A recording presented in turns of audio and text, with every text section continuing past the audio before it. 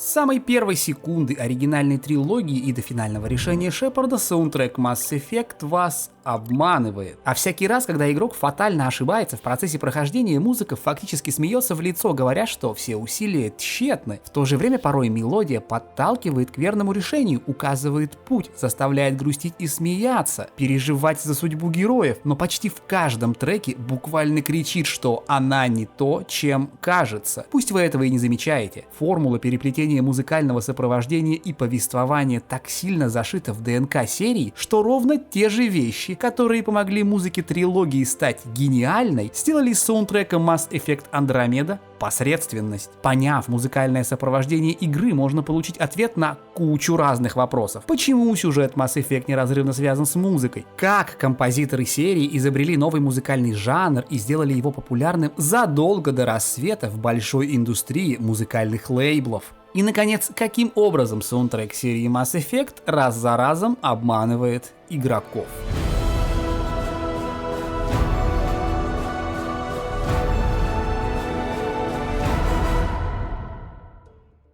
Музыкальное сопровождение Mass Effect делает то, что зачастую упускают из виду в других произведениях. Понимает, что музыка — это ключевой, решающий момент повествования. Именно поэтому все композиции всех игр серии неразрывно связаны друг с другом. Они вторят сюжету, а порой и продвигают его вперед. Отголоски одних треков находят отражение и развитие спустя годы в других композициях. Так что я порой буду прыгать по хронологии, то уходя в будущее, то возвращаясь к предыдущим играм, потому как подобно сюжету, спойлеры которому само собой будут, без них тут никак, в общем, подобно сюжету, музыка в первой игре закладывает фундамент для развития в будущих проектах. Но обо всем по порядку. В 2004, за год до того, как BioWare выпустит Jade Empire, RPG в азиатском сеттинге, к автору ее саундтрека Джеку Уоллу обращается Кейси Хадсон. Он уже руководит разработкой Jade Empire, вполне доволен сотрудничеством с Джеком, а часть его команды находится на ранней стадии проработки концепта чего-то нового. Кейси пригласил меня поговорить об их следующей игре, и у них было какое-то кодовое название, я даже не знал, но мне сказали: эй, мы хотим сделать что-то вроде синтезаторного звучания 80-х, например, Tangerine Dream или саундтрека Вангелиса к бегущему по лезвию. И я был по-настоящему заинтригован, потому что раньше не делал ничего подобного.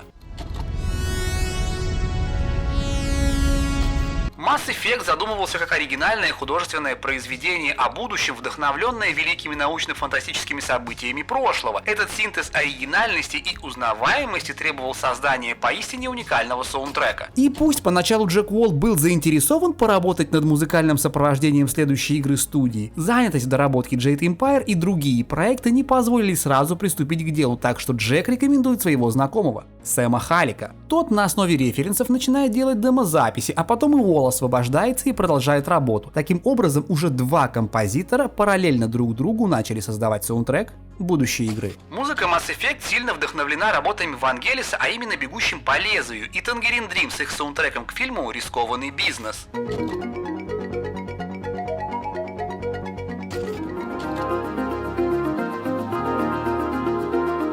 Мы использовали их как отсылки и добавили наш собственный музыкальный почерк, чтобы придать саундтреку Mass Effect уникальную звуковую идентичность.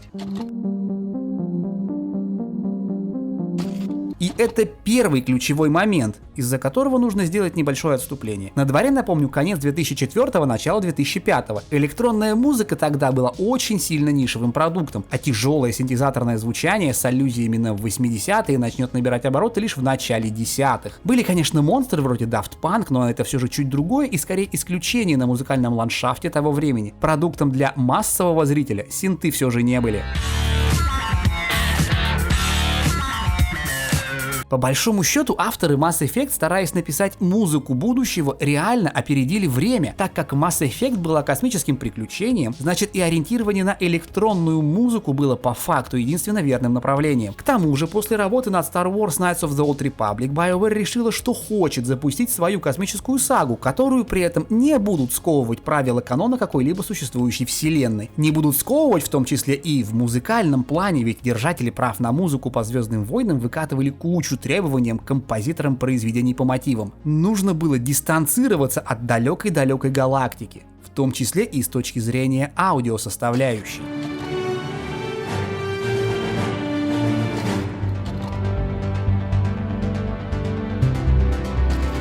именно благодаря этому композиторы Mass Effect начали создавать нечто новое, нечто уникальное. Новый поджанр электронной музыки, который вместе с ними, параллельно вдохновляясь теми же источниками, ковали европейские и американские электронщики новой волны. В 2005 году авторы саундтрека Mass Effect придумали свою версию синтвейва.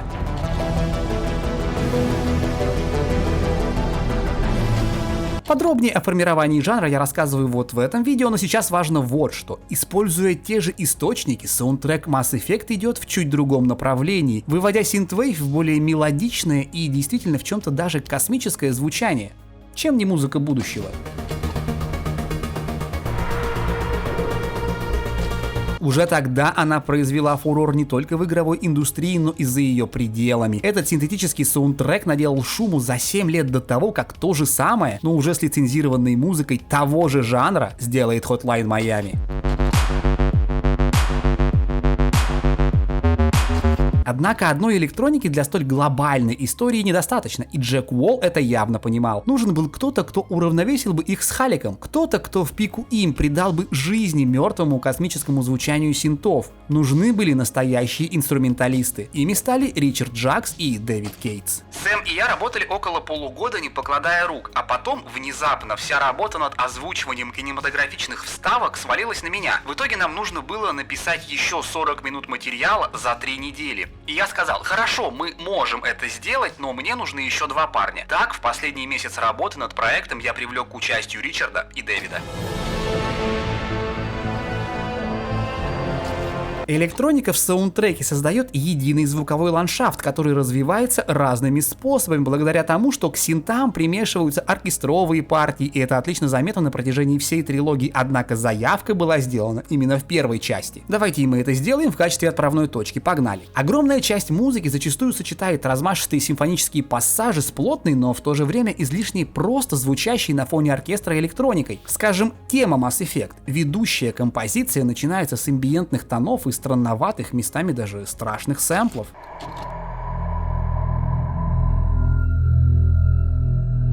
Но спустя пару секунд мелодия плавно переходит в размеренные электронные ритмы, дополненные легкими струнными. После вступает выразительный синтезатор,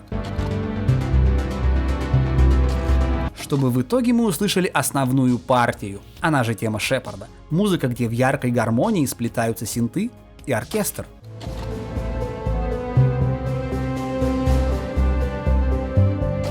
Причем забавно, что эта композиция по сути была написана с конца. Моей первой задачей, когда я был приглашен на работу над Mass Effect в соавторстве с Джеком Уоллом, было написать главную тему. Первая же композиция частично и была тем, что я назвал темой Шепарда, но вы знаете ее как вторую половину трека. Другой концепцией было то, что в итоге стало первой половиной композиции. И только благодаря тому, что Кейси Хадсон увидел в них связь и решил объединить, мы получили конечный результат. Ту музыку, которую фанаты часто называют одной из самых знаковых тем в видеоиграх. Написанная уже на основе темы Шепарда, тема Нормандии работает точно так же. Начиная с еле заметного вступления и постепенно наращивая интенсивность, врезается в память сочетанием синтезатора и фортепиано.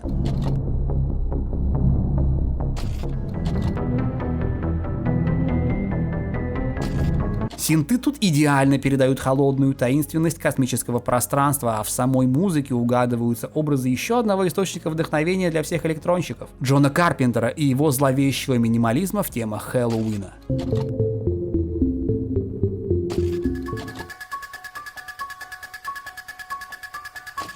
Eden Prime буквально пропитано духом опасности и угрозы, оно и неудивительно, учитывая то, что произошло на этой планете. Это первая вылазка Шепарда, его первая встреча с надвигающимся врагом, первая информация о предателе Сарене и ужасы, что пришедшие с ним синтетики сотворили с местным населением.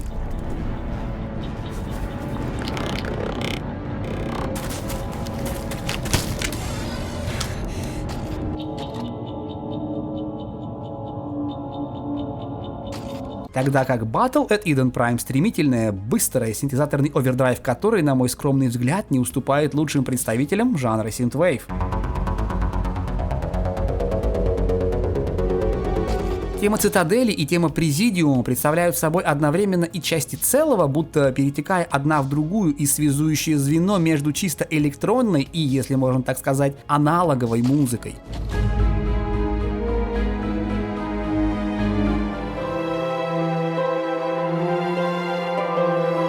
Цитадель была действительно важным местом для Mass Effect 1, а Президиум — место встречи разных рас, которые собрались здесь, чтобы жить в мире и попытаться создать галактическую цивилизацию. И я хотел передать это. В этом мне помог экзотический инструмент под названием дудук. Он как-то диссонирует с остальной гармонической структурой произведения. Благодаря этому переходу становится чертовски трудно понять, где заканчиваются синты Уолла и Халика и начинается оркестровка Жакса и Кейтса.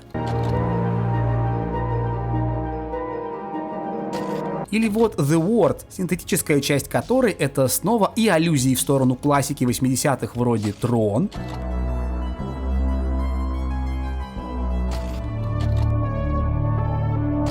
и вместе с тем прекрасные струнные с восточным оттенком, несочетаемые, казалось бы, вещи.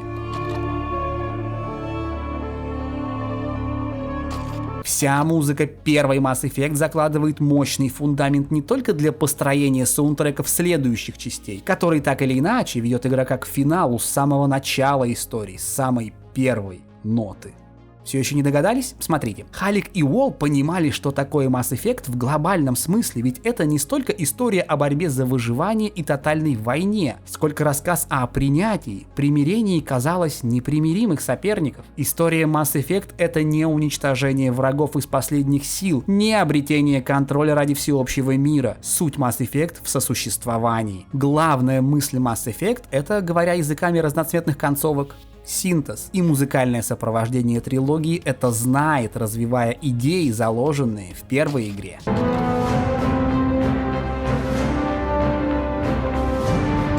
Но первый Mass Effect не просто закладывает основу серии, он заливает ее настоящим золотом. Тот же Uncharted Worlds, что сопровождает наше каждое обращение к карте, мало того, что будет присутствовать в каждой игре, так еще и так или иначе вплетается в темы других персонажей, например, в тему Тали, как бы подчеркивая ее характер и характер ее народа, как космических кочевников.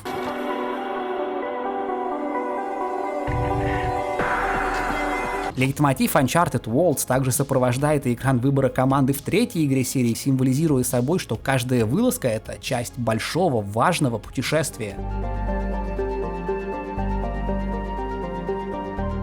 Сама тема Тали, кстати, содержит еще один важный аудиомомент. Вот этот.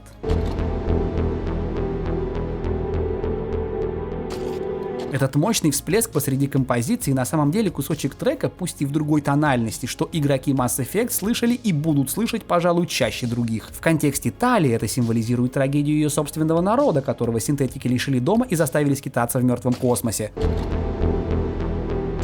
В контексте геймплея по отношению к игроку это момент смерти главного героя, когда миссия провалена, а значит, что враг победил.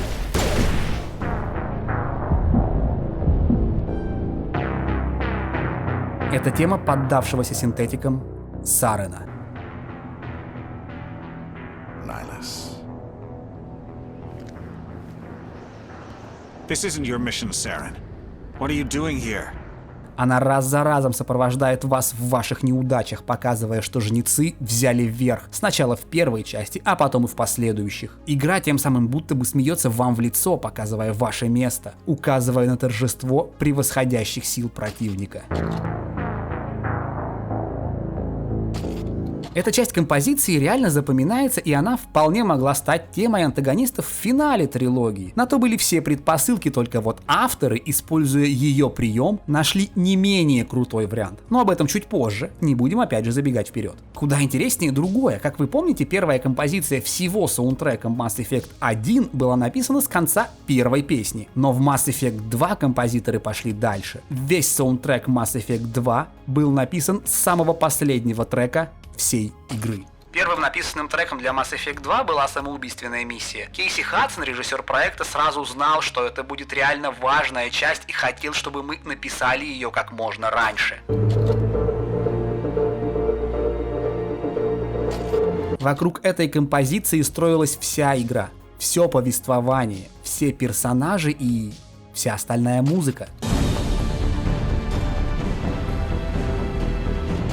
Будучи абсолютно уникальной, она умудряется быть еще и крайне универсальной. В зависимости от успеха или неуспеха игрока, одна и та же мелодия воспринимается по-разному. Если все члены вашего отряда выжили, то вы вполне легко воспримете трек как эпичное, триумфальное и победоносное произведение, что заставляет вас чувствовать себя самым крутым героем в галактике.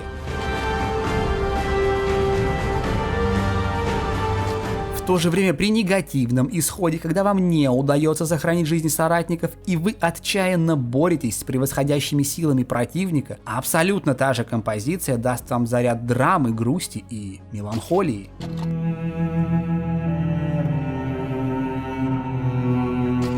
Вся игра была сосредоточена на следующем: набери команду для самоубийственной миссии, постарайся завоевать ее лояльность, а затем отправляйся и посмотри, кто выживет.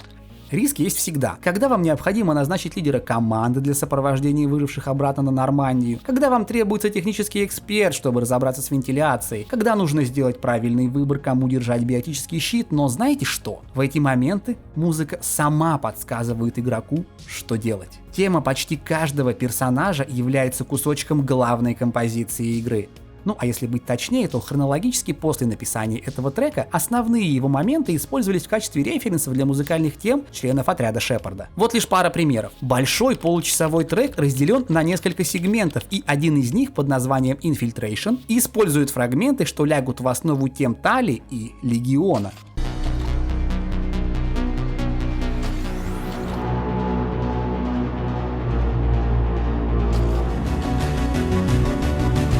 А в The Lone Walk заложены кусочки композиций Самары и Джек. Музыка в моменты принятия решений говорит игроку, какие персонажи идеально подходят для соответствующих ролей. И если вы внимательно слушали, то поймете намек.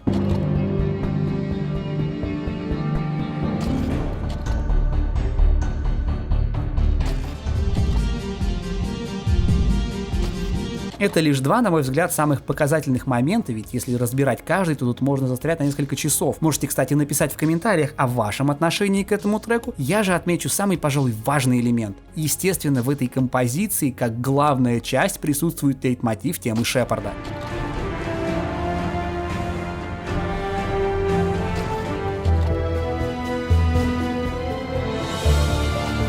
Концепция миссии — это то, в соответствии с чем создавался каждый персонаж и определялась история. Всего лишь одна композиция задала тон всей игре, но были и другие, не менее значимые и не менее интересные.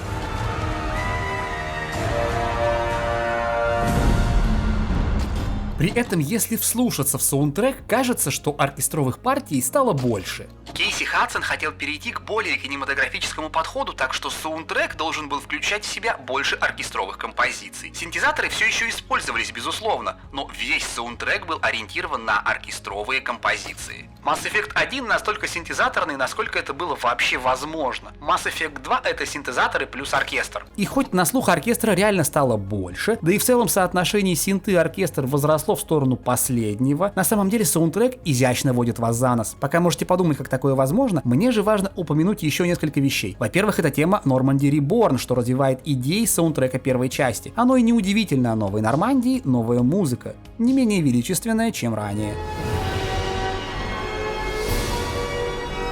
Музыка экстерьера космического корабля, между тем, почти не претерпела изменений, но оно и к лучшему. В новой обстановке мы все же чувствуем себя как дома.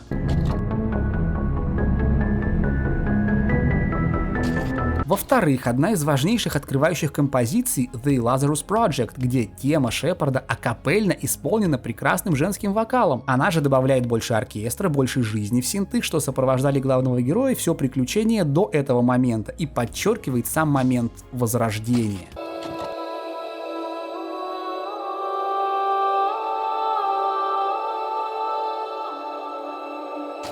И, наконец, в-третьих, это, конечно же, The Elusive Man, куда добавлен неожиданный ингредиент — виолончель, которая зазвучала очень свежо в научно-фантастической среде. Данная композиция — отражение явно ощутимого напряжения, которое возникает всякий раз, когда Шепард общается с призраком.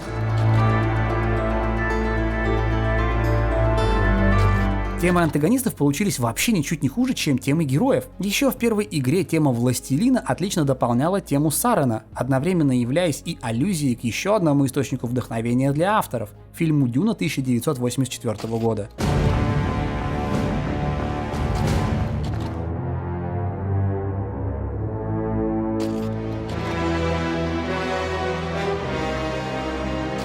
Высокая планка сохранилась и в Mass Effect 2. An Unknown Enemy, представляющая коллекционеров и отражает их устройство, внешний вид и иерархию, вплетая в композицию мотивы роя, звучащего угрожающе и опасно.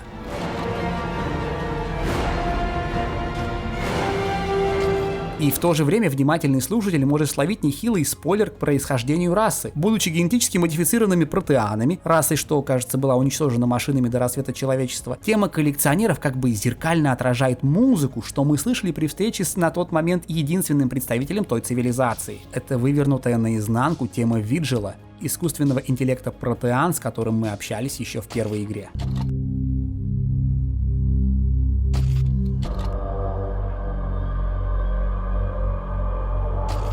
Тема битвы с жутким жнецом в финале второй части — это буквально еще один отголосок нашего старого врага. Данная композиция — более оркестровое переосмысление синтетической мелодии в погоне за Сареном. И там мы противостоим не совсем уже живому организму, но и не до конца машине, только вот есть нюанс. Жуткий нюанс, если задуматься.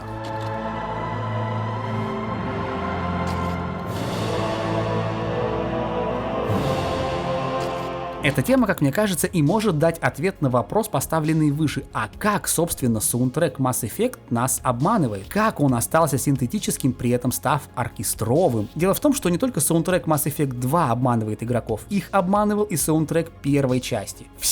Абсолютно все оркестровые партии, записанные для игры, это звуковые сэмплы. Имитация. Никакого реального оркестра в первых двух играх серии никогда не было. Почти везде это электронная музыка, даже там, где она звучит неотличимо от оркестровой.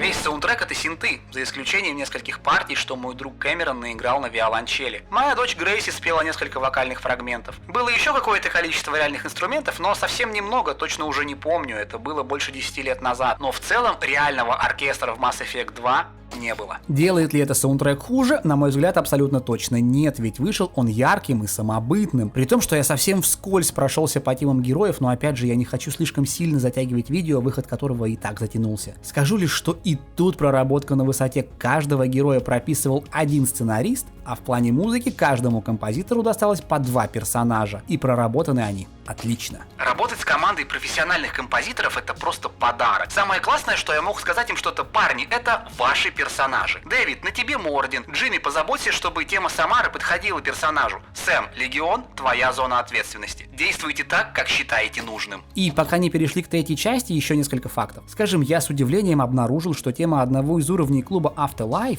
при том, что она вообще не выделяется из общего антуража и звучит крайне уместно, это одна из композиций саундтрека Need for Speed High Stakes.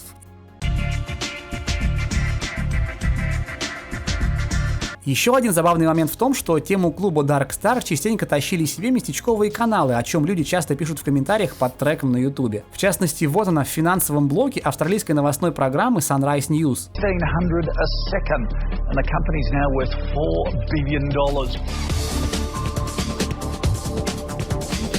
Другая занимательная вещь — M4 Part 2 от инди-группы Fonz из Эдмонтона. Зажигательный электронный рок-трек, что играет во время финальных титров первой игры. Одна из немногих композиций саундтрека с вокалом. Она напоминает своим вайбом разом и эпоху 80-х,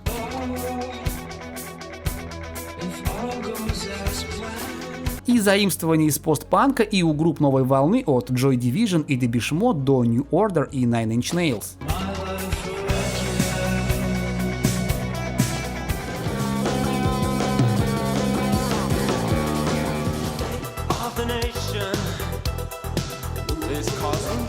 Если слово «обманывает» в отношении первой и второй игры еще можно взять в кавычки, то вот музыка третьей игры действительно минимум один раз делает это неприкрыто и по-скотски, причем прямо на обложке. Я говорю об этой строке. Клинт Мэнсел, голливудский композитор, реально был привлечен к написанию музыки. BioWare, но в первую очередь Electronic Arts, хотели от музыки завершающей части трилогии большего масштаба, большего эпика, и Мэнсел подходил идеально. Только вот, несмотря на имя на обложке игры, написал он всего один трек. Но зато какой! Помните, чуть ранее я говорил? Эта часть композиции реально запоминается, и она вполне могла стать темой антагонистов в финале трилогии. На то были все предпосылки, только вот авторы, используя ее прием, нашли не менее крутой вариант. Так вот, этот способ нашел именно Клинт Мэнсел. Living Earth, что отлично описывает ситуацию и своим названием, и настроением.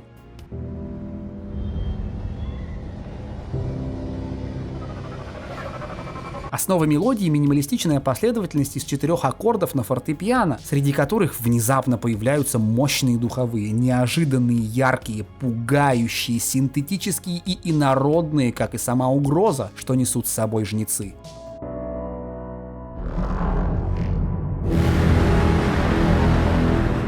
Духовые тут чем-то похожи на циммеровский саундтрек к началу Нолана. Но сам прием внезапности позаимствован у мелодии Сарена, что также неожиданно врывалось в колонки, не неся с собой ничего хорошего.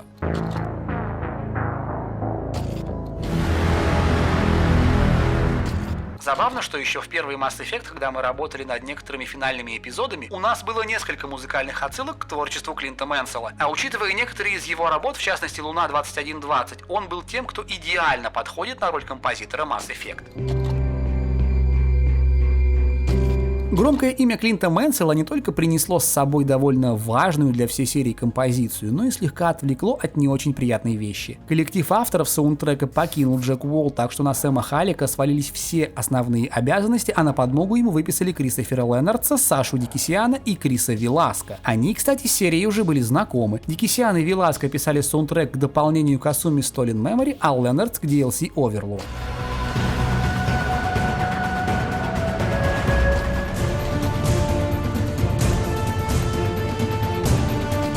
Пока далеко не ушли от творчества Мэнсела, An End Once and For All, где Сэм Халлик на ее основе соорудил меланхоличную фортепианную мелодию, эмоциональную и красивую, в то время как Living Earth звучит в начале истории, An End Once and For All достойно ее завершает.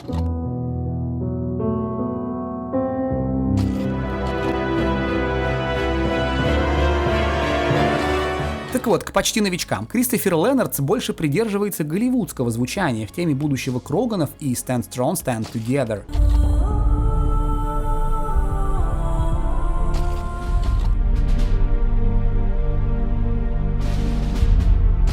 Плюс Леннардс сделал очень крутой, как мне кажется, ход и пригласил для записи вокальной партии Элизабет Скотт. Она, в частности, известна по саундтрекам к Prince of Persia: The Sands of Time и Metal Gear Solid 4, о музыке которой тоже нужно будет как-нибудь рассказать.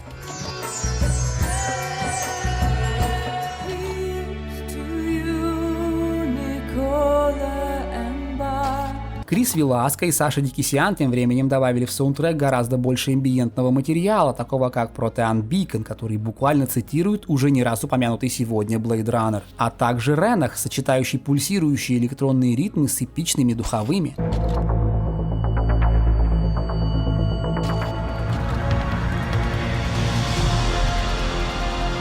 Плюс треки вроде The Ardat Yakshi и Defeat, благодаря сочетанию дуэта Дикисиана, опытного диджея, и Веласко, классического оркестровщика, композиции звучат, как мне кажется, идеально для финала трилогии, в которую еще с самой первой игры и самого первого аккорда закладывалась идея синтеза между органикой и синтетикой. Главный вызов для меня состоял в том, что я не хотел использовать много, знаете, виртуальных инструментов. Я хотел написать музыку на настоящем синтезаторе, а Крис дополнил бы это оркестровыми партиями. Мы всегда в дуэте дополняем друг друга, и похоже, что все 7 лет совместной работы вели нас к тому, чтобы мы написали саундтрек Mass Effect.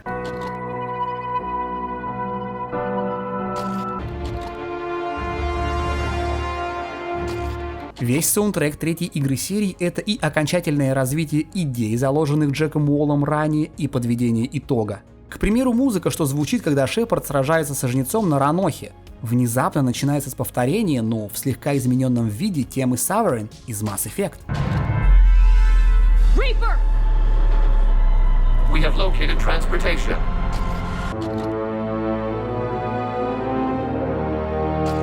А завершается полнейшим аудиотриумфом.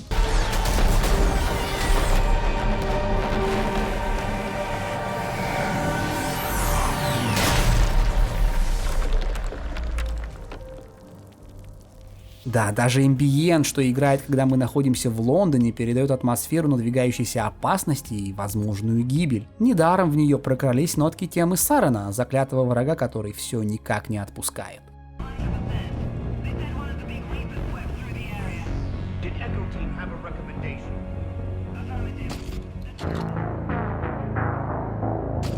Ну а завершают Mass Effect многочисленные экшн-сцены и экшн же композиции. В таких треках, как I'm Sorry и The Scientist, сочетаются размеренные боевые ритмы с величественными медными духовыми, что выводит оркестр на первый план.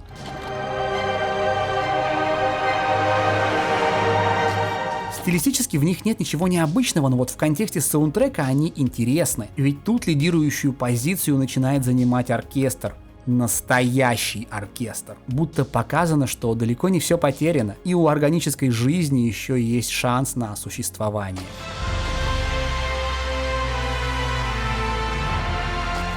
Впрочем, не отпускающие синты всеми силами показывают, в каком именно направлении стоит искать этот шанс.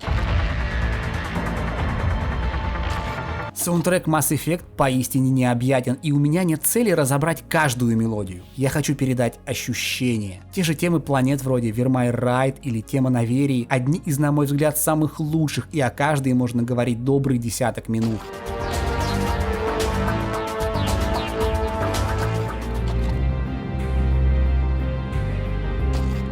Или вот трогательный момент прощания с Мордином, когда он начинает петь Scientist Salarian.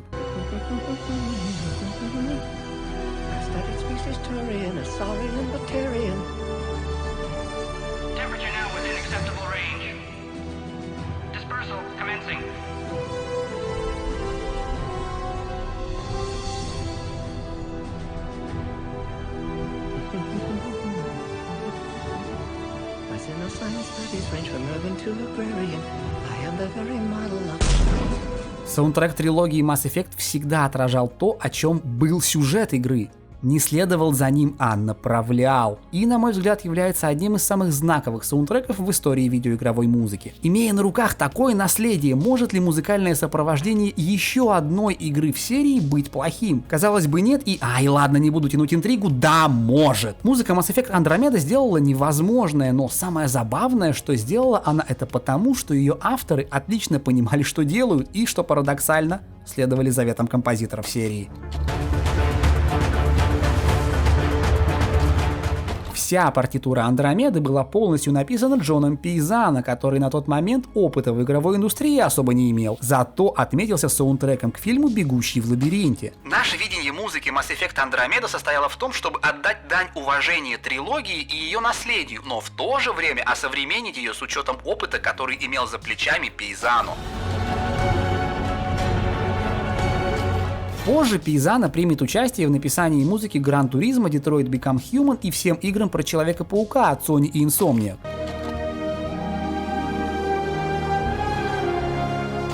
Но пока у нас Mass Effect Andromeda. BioWare хотели изобразить в игре и так называемую серую мораль, когда мирные колонисты и не совсем мирные захватчики оказываются не такими уж и разными по своей сути. И атмосферу приключения в неизведанной вселенной, и налет таинственности, и щепотку куража от познания тайн нового мира. В итоге, стараясь воплотить все и сразу, не концентрируясь на одной идее, Пейзано, погнавшись за всеми зайцами, не поймал в итоге ни одного. При том, что музыка и здесь должна была быть драйвером истории, должна была ее вести, предвосхищая действия игрока. Но по факту, если она и выстреливает, то местами и, скорее всего, случайно. Пришедшая на замену Uncharted Worlds и написанная на ее основе Helus, к слову, одна из таких.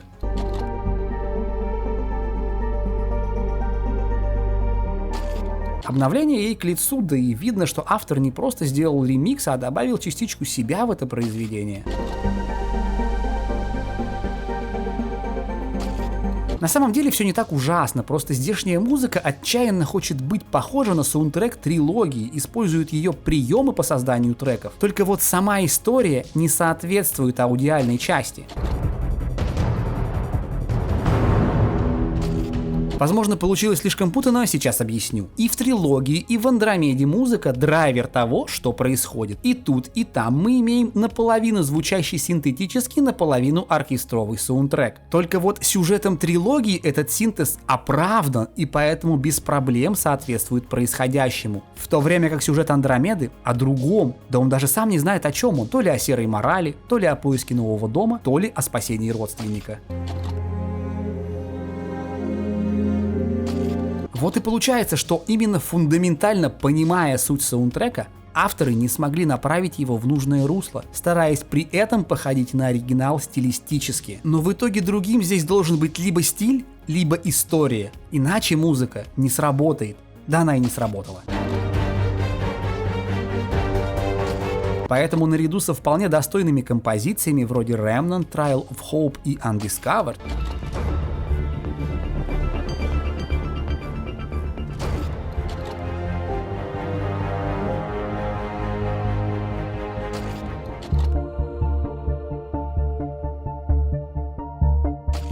присутствует The Cat, которая вообще-то должна быть мощной и пугающей темой антагонистов, но на деле выходит будто бы выдранной из Command & Conquer 4 заурядной фоновой мелодии для проходной миссии по захвату очередной базы Братства Нод.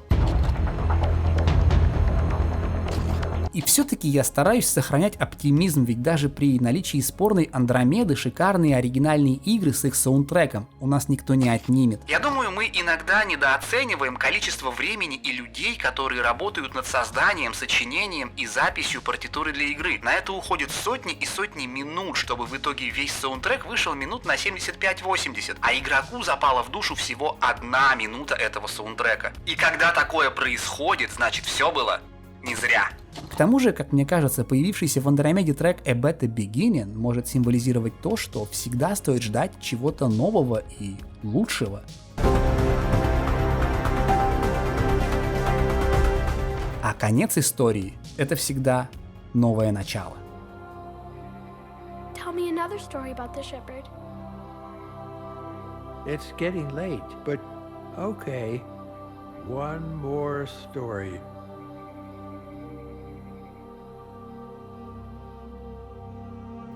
Большое спасибо всем, кто поддерживает канал лайком и комментарием, а также подписавшимся на платных платформах. Вы самые лучшие зрители на Цитадели.